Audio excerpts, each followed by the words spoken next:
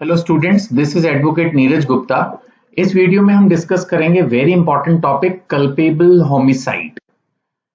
Culpable homicide basically एक आदमी के द्वारा दूसरे आदमी को मार देना है, गलती से नहीं, मारने की इच्छा से ही मारना है। तो आप बोलोगे सर ये तो मर्डर हुआ। नहीं, मर्डर में क्या होता है कि आमतौर पर मर्डर ज्यादा सीरियस ऑफेंस है जिसमें आप आमतौर पर एक प्लानिंग करके किसी को मारते हो। आपके दिमाग में पहले से होता है कि इसको मारना है और कई बार उसके लिए प्लानिंग करते हो या कई बार जैसे मौका मिला आपने उसको मार डाला। तो आमतौर पर वो मर्डर होता है जिसमें आपकी पूरी क्लियर इंटेंशन है कि इसको मार डालना है। लेकिन कई बार क्या होता है कि आप जैसे घर में गए, एक केस है उसके एग्जांपल ले रहा हूं, और उसमें आपने अपनी वाइफ को किसी और के साथ देखा, अचानक आप बहुत गुस्सा हुए, नाराज हुए, झगड़ा हुआ और उस झगड़ेबाजी में कोई चोट वोट लग गई और अगला बंदा मर गया। So that's not murder, that's culpable homicide. या आप गाड़ी बहुत डेंजरसली चला रहे थे, नेचुरली आपकी कोई इंटेंशन नहीं थी, बट लेकिन it's a high high degree of negligence and सामने वाले बंदे की मौत हो गई और गाड़ी के नीचे आ गया आपके, and then it may also amount to culpable homicide. So जहां पर भी एक आदमी दूसरे आदमी को मार देता है, उसको हिट किया उसने, और कई बार सोच समझ के हिट किया होता है, झगड़ा हो गया अचानक और पार्किंग को लेके जैसे झगड़े हो जाते हैं। अब पार्किंग को लेके मानो झगड़े हो गए और आपने उठाकर कोई डंडा या ईंट दूसरे के सर में मार the all of a sudden in A fit of anger. अब गुस्से में मार दिया तो वो मर गया। अब मर गया तो ये कल्पेबल होमिसाइड है, इसको मर्डर नहीं मानेंगे। और आगे चल के मैं इसको बताऊंगा कि इसमें 5 से 10 साल की जेल होती है। जबकि अगर मर्डर है ना, प्री प्लान्ड मर्डर है और प्रॉपर आपने सोचा कि मारना है और मार डाला, तो फिर ये प्री प्लान्ड मर्डर अगर होगा तो फिर उसमें तो फिर लाइफ इंप्रिजनमेंट या डेथ पेनल्टी भी मिल सकती है। There is a difference.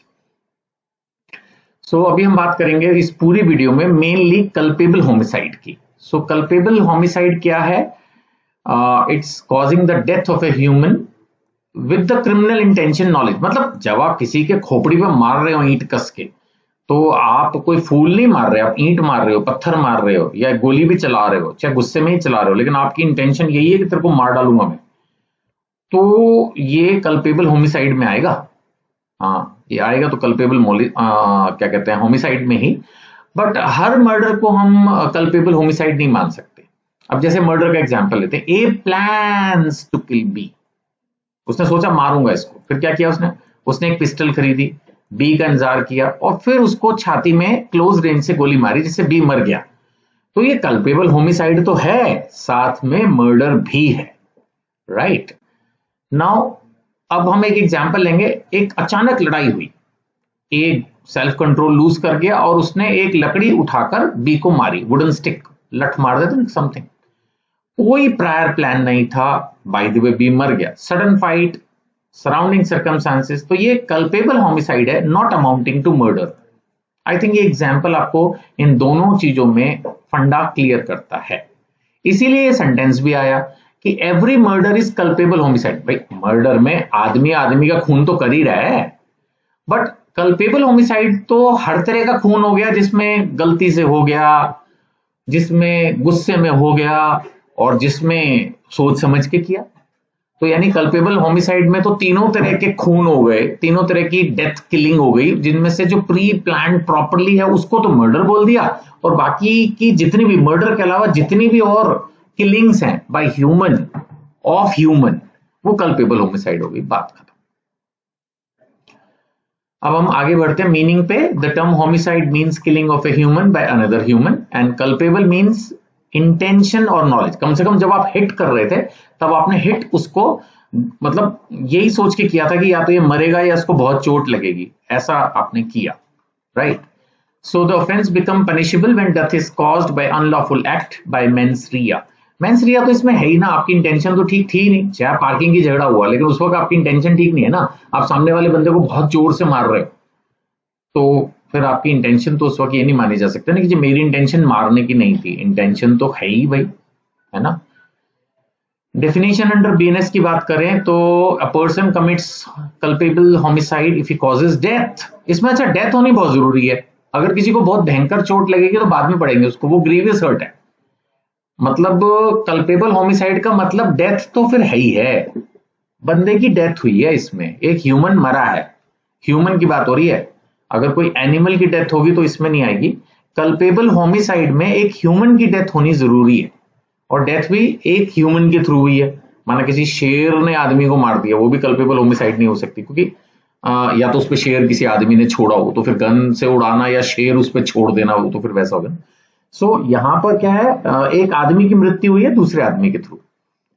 सो यहां पर डेथ जो हुई है विद द इंटेंशन कॉजिव डेथ है, इंटेंशन थी मारने की, और या फिर बॉडीली इंजरी जिससे अल्टीमेटली डेथ ही हो जाए, जैसे हाथ की नस काट दी जोर से, या गले पर, जैसे वो पिक्चरों में दिखाते नहीं ब्रूसली की, उस तरह से जो है उसकी गर्दन पर इस तरह से वार किया कि इससे इसको बहुत भयंकर चोट लगेगी और ये मर भी जाएगा, है ना। नॉलेज है उसको that act is likely to cause death, उसको इस बात की नॉलेज थी कि जो मैं कर रहा हूं इससे मृत्यु हो सकती है, राइट।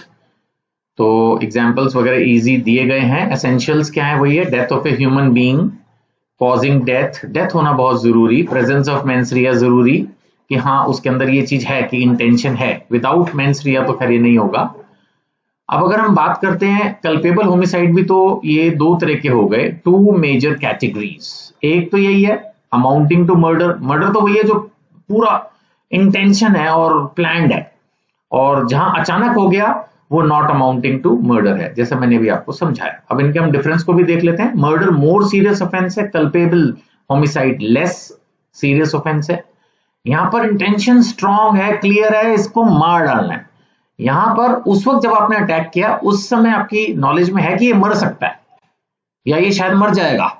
एक होता है कि पूरा मारने के लिए आपने पूरा स्टेप लिया, वो मर्डर है और वो मर भी गया, तो इसमें फिर पनिशमेंट सीवियर है, जैसे मैंने आपको बताया। इसमें जो पनिशमेंट है वो डेथ या इम्प्रिजनमेंट है, लाइफ इम्प्रिजनमेंट, किसमें, मर्डर में। जबकि अगर हम बात करते हैं कल्पेबल होमिसाइड की, तो इसकी कंपैरेटिवली लेस है, 5 से 10 साल, तो दोनों में फर्क है, ठीक है ना। तो इस चीज को हमें क्लियरली समझना है कि दोनों में ये डिफरेंस है, 5 to 10 ईयर्स उसमें है और उसमें इस तरह से है। अब कल्पेबल होमिसाइड को हम मर्डर कब नहीं मानेंगे, जब ग्रेव एंड सडन प्रोवोकेशन हो। कई बार ऐसा होता है ना, सामने वाले ने अचानक गुस्सा दिला दिया, कोई भयंकर ऐसी बात हो गई है, किसी ने माना और किसी के फैमिली मेंबर के अंदर कोई अटेम्प्ट टू जो है रेप और असॉल्ट कर दिया, या कुछ भी ऐसा, कोई चोरी डाके की कोई ऐसी कोशिश की, कोई बहुत भयंकर, बहुत सारे लोगों के सामने अपमान कर दिया, कुछ ऐसा कि बंदा सेल्फ कंट्रोल लूज कर गया और फिर वो उसने उसको मार डाला, तो ये सडन एंड ग्रेव प्रोवोकेशन है। इसमें मर्डर नहीं मानते, इसको कल्पेबल होमिसाइड मानते हैं, ठीक है ना। Then exceeding the right of private defence, ये हम पिछले क्वेश्चन में पढ़ चुके हैं प्राइवेट डिफेंस के बारे में, कि जैसे माना रात के समय चोर आपके घर में घुस गए। अब चोर जो है वो छोटी मोटी चोरी करने के लिए घुसे थे, और ऐसे कोई मतलब पतला सा लड़का था, कोई ऐसा लग नहीं रहा था कि भाई वो आपको कोई बहुत बड़ा नुकसान पहुंचा देगा, छोटी मोटी चोरी थी, बट आपने बहुत खींच के डंडा मारा और वो मर गया। अब राइट ऑफ प्राइवेट डिफेंस तो ठीक है, लेकिन भाई इतना थोड़ी करना था कि उसको मार ही डाला, छोटी मोटी चोरी करने आया था, डंडा वंडा मार के गिरा लेते, पकड़ लेते। तो यहां पर क्या हुआ, आपका राइट ऑफ प्राइवेट डिफेंस है, आप कुछ ज्यादा आगे चले गए, तो फिर ये फिर कल्पेबल होमिसाइड में आपको बुक करना पड़ेगा। ऐसे ही पब्लिक सर्वेंट के साथ भी कई बार हो जाता है, वो भी बचने के लिए प्राइवेट डिफेंस, उसको भी तो बेचारा, वो भी इंसान है, या चोर को पकड़ने के लिए मान लेते हैं कुछ थोड़ा सा ज्यादा उसने स्टेप ले लिया, कई बार वो भी जब एक्शन लेते हैं तो बेचारे फंस जाते हैं कि उनकी इंटेंशन में भी फेयर है, लेकिन अब मर गया सामने वाला बंदा। So public servant exceeds legal power in good faith for public justice, but offence जो है वो मर्डर नहीं भी माना जाए, कल्पेबल होमिसाइड में एक बार तो बुक हो सकता है। सडन फाइट, ये तो वही हो गया कि अचानक लड़ाई शड़ाई हो गई, बंदा मर गया, चलो भाई। कंसेंट, कंसेंट क्या होता है, ये आजकल कभी कभी 18 साल से बड़े जो बच्चे होते हैं, ये डेंजरस स्टंट में पार्टिसिपेट करते हैं, उनको पहले से पता होता है कि इसमें एक टाइम हम मर भी सकते हैं। नहीं, कोई माना बहुत डेंजरस खेल है, अब बंदा कहता है जी मैं इसमें, वो जैसे मैंने देखा है वो मौत के कुएं में कोई आदमी बाइक चला रहा है, अब जो भी उसको उसका गेम का मैनेजर है, अब उसको उसने कह दिया हाँ मैं चला लूंगा डोंट वरी, तो उसने कंसेंट दी ना, अब मान लेते फिर भी उसकी डेथ हो जाती है, तो कल्पेबल होमिसाइड तब भी हो सकता है कंसेंट होने के बावजूद, मर्डर नहीं है बट कल्पेबल होमिसाइड तो है भाई, बंदा तो मरा है ना। तो ये चीजें हो जाती है। देखा जाए तो जैसे किसी झूला हो गया, मान लेते हैं अभी जैसे थोड़े दिन पहले की बात है, अगर मैं गलत नहीं हूं तो एक मेला था, मेले में वो झूला टूट गया और उससे एक आदमी की मौत हो गई। अब ये कल्पेबल होमिसाइड तो है ही ना, बंदे की मौत तो हुई है। ठीक है, उसने कंसेंट दी थी, झूले में वो अपनी मर्जी से ही बैठा, और झूला जो टूटा उसमें झूले वाले के हो सकता है बहुत गलती भी ना हो, या हो सकता है भी उसने झूला ठीक से मेंटेन ना किया, बट हो जाता है। अब हो तो गया, तो मौत हो गई, मौत हो गई, डेथ हो गई, तो फिर वो कल्पेबल होमिसाइड में बुक होगा। ये है इसमें खेल। पनिशमेंट जो है वो इंटेंशन एंड ग्रेविटी पे डिपेंड करती है। Where the intention is to cause death exist, punishment is more severe. अगर सिर्फ नॉलेज है तो एक टाइम पनिशमेंट जो है कंपैरेटिवली लाइटर हो सकती है। सिंपल एग्जांपल्स हैं, इनको आप पढ़ लेना, ये मैंने आपको समझा ही दिए हैं, ये वही एग्जांपल्स यहाँ पर सिंपली दिए गए हैं। सुप्रीम कोर्ट केस में जैसे केएम नानावती का था, उसमें Nanavati shot his wives lover. अब वो भाई बीवी का आशिक होगा तो गोली तो चलेगी, तो ये सडन प्रोवोकेशन का केस था, तो कल्पेबल होमिसाइड में लिया। रेग वर्सेस गोविंदा जो है, इस केस में accused assaulted his wife causing death. अब मियां बीवी के झगड़े भी कई बार मौत में कन्वर्ट हो जाते हैं, माना दोनों में से झगड़ा कोई और बाई दी वे एक दूसरे को मारा और हो गया कांड, तो इसमें भी फिर मर्डर नहीं है, ये भी कल्पेबल होमिसाइड ही है। ये बाहर का केस नहीं, बंदा ही बाहर का लग रहा है। Willie स्लैनले versus state of Madhya Pradesh, इसमें कोई वायलेंट कन्फ्रंटेशन हुई थी, ठीक है, कोई हिंसक झगड़ा आपस में हो गया था। झगड़ा जब होता है तो फिर हो ही जाता है, तो ये भी सुप्रीम कोर्ट ने कहा कि इंटेंशन, इंजरी, सराउंडिंग सर्कमस्टांसेस, ये कल्पेबल होमिसाइड मानी जाएगी। अच्छा, लेकिन अगर बंदा झगड़े के इरादे से पहले से आया था, कोई पुरानी दुश्मनी थी, उसको निपटाने के लिए वो झगड़ा करने आया, तो फिर वो झगड़ा ऑल ऑफ ए सडन तो हुआ नहीं, फिर वो तो प्री प्लान झगड़ा हुआ। हो सकता है वो झगड़े की तैयारी करके आया हो, वेपन भी लेके आया हो, या पूरी तैयारी करके आया कि कहीं वो अकेले में मिलेगा फिर मैं उससे झगड़ूंगा, तो फिर ये मर्डर भी हो सकता है। तो वही है, सराउंडिंग सर्कमस्टांसेस, प्रीवियस हिस्ट्री, बहुत सारे फैक्टर देखने पड़ते हैं।